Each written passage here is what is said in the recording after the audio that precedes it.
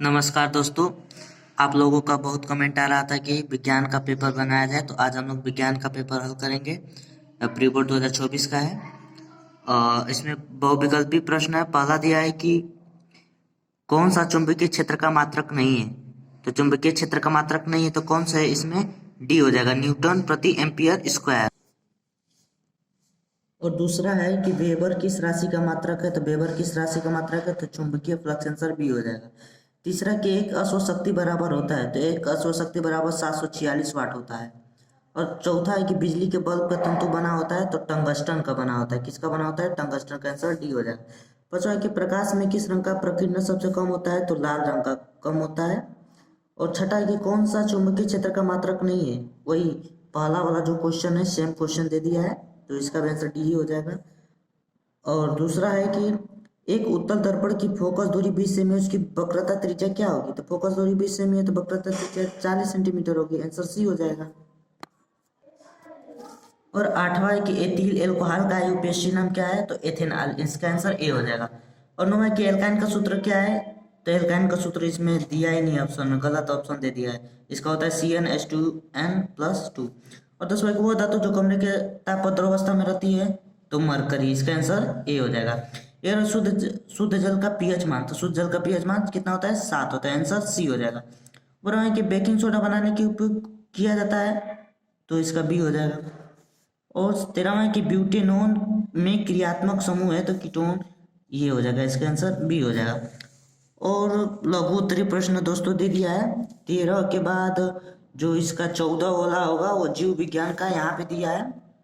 तो भी इसी में साइंस में ही दे दिया है कि संतृप्त हाइड्रोकार्बन तथा असंतृप्त हाइड्रोकार्बन में अंतर स्पष्ट करना है। और दूसरा है कि सजातीय श्रेणी को उदाहरण से स्पष्ट कीजिए। और तीसरा है कि निम्न का आईपीएससी नाम। तो अगर हम इसका आईपीएससी नाम होगा तो इसका आईपीएससी नाम क्या होगा, एथेनोइक हो जाएगा पहला वाला का। और दूसरा वाला का क्या हो जाएगा, दूसरा वाला का 1 प्रोपेनॉल हो जाएगा। और तीसरा वाला का CH3CH2Cl, तो इसका क्या होगा, 1 क्लोरोप्रोपेन हो जाएगा। और जो चौथा वाला है CH3CH2CHO, तो इसका प्रोपेनल हो जाएगा। और चौथा है कि ओम का नियम क्या है, तो ओम के नियम का सत्यापन कीजिए। और पता है कि एक कूलम आवेश में इलेक्ट्रॉनों की संख्या क्या होगी। तो एक कूलम आवेश में इलेक्ट्रॉनों की संख्या 6.25 गुणे 10 के घाते 18 हो जाएगी। और छठा है कि किसी बल्ब के तंतु से 0.5 एम्पियर की विद्युत धारा 10 मिनट तक प्रवाहित होने पर उत्पन्न आवेश की गणना। आवेश Q बराबर क्या होता है, IT। इसमें आपको गुणा कर देना है। Q बराबर क्या होता है, IT। इसको मिनट है तो सेकेंड में करके इसको गुणा कर देंगे, 300 आ जाएगा। सातवां है कि चुंबक किसे कहते हैं, चुंबक कितने प्रकार का होता है, इसका आंसर लिख लेना है। फिर दीर्घ उत्तरीय प्रश्न, प्रतिरोध का श्रेणी क्रम संयोजन का वर्णन करें। और दूसरा है कि प्रकाश का अपवर्तन क्या है तथा प्रकाश के अपवर्तन के नियम क्या है। और तीसरा है कि निम्न रासायनिक समीकरण को संतुलित करना है। Na2OH H2SO4 Na2SO4 + H2। हम इसको संतुलित करेंगे तो जब यहाँ पे 2 लगा देंगे तो 2Na हो जाएगा, Na2 है यहाँ पे भी 2 हो जाएगा, फिर H2O हो जाएगा, H2O हो जाएगा, SO4 यहाँ पे H2 बेसी हो जा रहा है। तो क्या करेंगे हम, यहाँ पे 2 बढ़ा देंगे, यहाँ पे 2 बढ़ा देंगे, और हम यहाँ पे 2 बढ़ा देंगे, तो ये हमारा क्या हो जाएगा, संतुलित हो जाएगा। और दूसरा है कि BaCl2 + H2SO4 BaSO4 + HCl।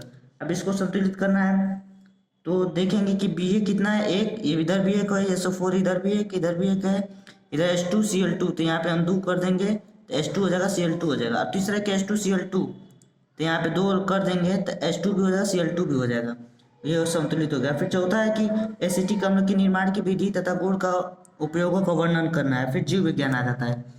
फिर पता है कि रुधिर में कितने समूह होते हैं, तो 4 समूह होते हैं। दूसरा पराकोष में क्या होता है, तो पराकोष में क्या होता है, परागकण होता है।